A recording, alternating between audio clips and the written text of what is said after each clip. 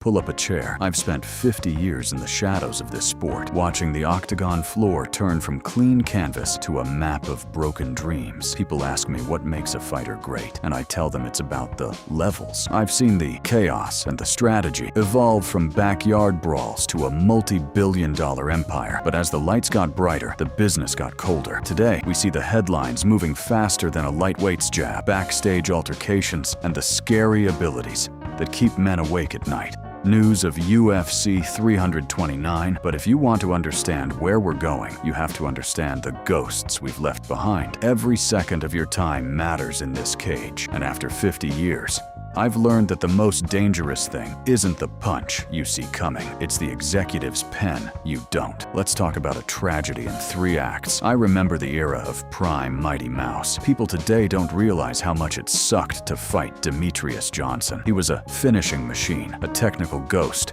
who moved with a speed that defied physics. But in this game, being the pound-for-pound king isn't enough if the man in the suit can't sell you. I watched as Dana White and the management slowly killed the momentum of the 125-pounders. The ultimate betrayal? Trading a Hall of Fame legend for Ben Askren. They tried to purge the division. It was the first time a champion was shipped off like a piece of equipment, releasing fighters left and right. Even when Henry Cejudo stepped up to save it, the division remained a ghost division for years. It's a lesson I've seen repeated for 50 years. In the UFC, if you aren't sellable, you're invisible. Today, we see fans turning on Dana White for similar reasons, feeling that the sport is losing its soul to the business.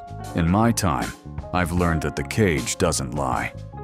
Every fighter has a hidden advantage buried in their DNA. I've seen the levels of UFC fighters separated by nothing but reach and bone density. When you look at a matchup like Israel Adesanya versus Joe Pyfer or Alex Pereira versus Cyril Gane, there are moments where you just know it will not be close. Take Alex Pereira. He possesses a scary ability, a touch of death that bypasses technique.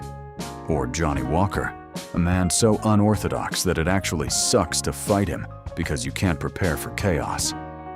I've seen the physical advantages explained 1,000 times, but after 50 years, I know that the most scary fighter isn't the strongest one.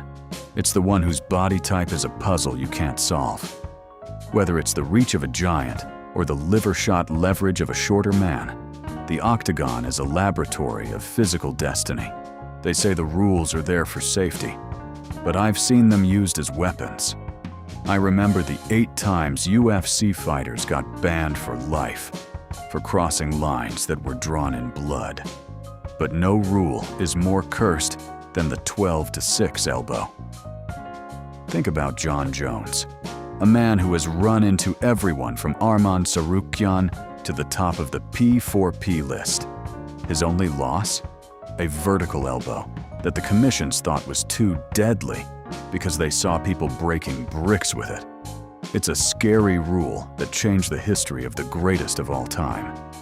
Now, in 2026, as we hear rumors of a Jones versus Daniel Cormier wrestling match in the works, we realize that the banned arts still haunt the legends. Cheating, scary techniques, and the chaos of the rulebook. I've seen it all, and it always comes back to bite the ones who think they're above the game.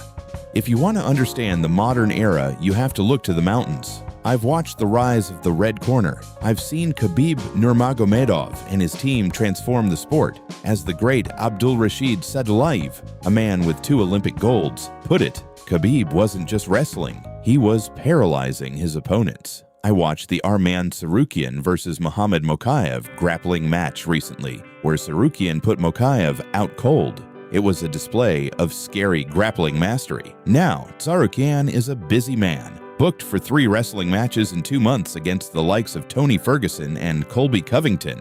This Dagestani style of wrestling is a physical lockdown that makes even Olympic champions nervous to perform in front of a home crowd. It's a level of dominance that I've rarely seen in 50 years.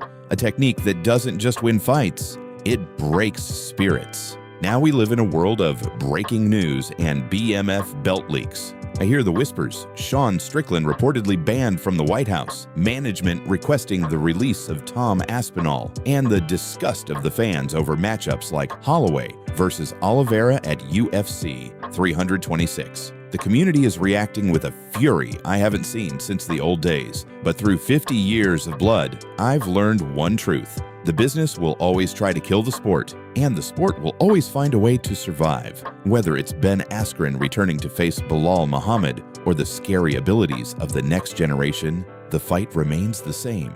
So, stay sharp, respect the technique, but fear the chaos.